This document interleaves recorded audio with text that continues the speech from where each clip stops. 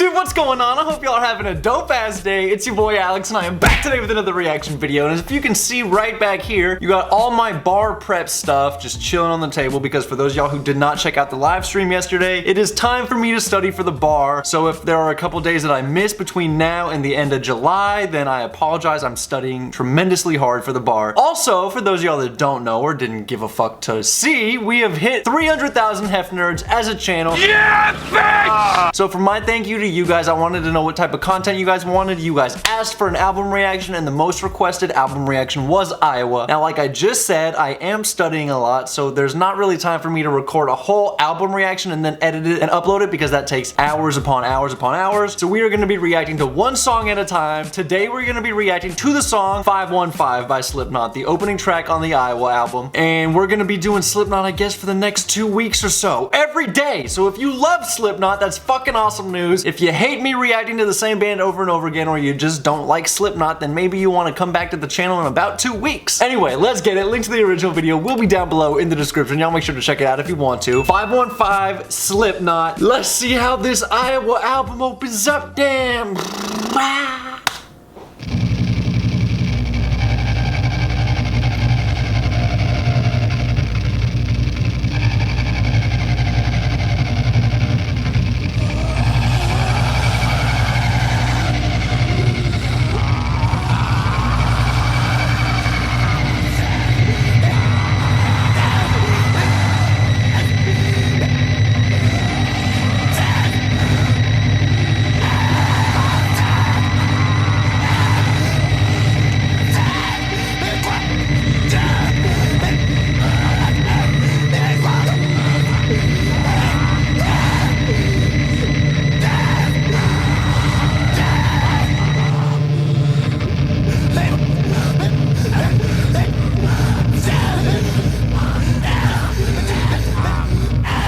Oh, fuck.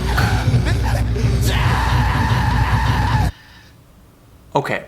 Not your typical reaction, but there is a lot more to this opening track than meets the eye, and I know that because I've done a little bit of research. So, first and foremost, the song is called 515. That's an area code from Iowa. The album is called Iowa. That's Slipknot's home state, so there's the significance there. Also, I don't know if this was intentional or not, but it turns out that 515 is the sum of 9 consecutive prime numbers: 41, 43, 47, 53, 59, 61, 67, 71, 73. And there are 9 members of Slipknot, so I don't know if that was intentional or not, or just some kind of weird thing that happened and it's like, oh, there must be significance there because it works out that way. I don't know. Now, for those of us who love and know Slipknot, we know that Sid Wilson is the DJ for Slipknot. Number 0, he's a DJ, he's a keyboardist, he's a rapper, he's a pianist, and he's best known for being Slipknot's turntablist. So the story behind this is that while Slipknot was recording Iowa, Sid's grandfather was in the hospital, he was dying, and he ultimately passed away before Sid could get a chance to see him. Ross Robinson is the producer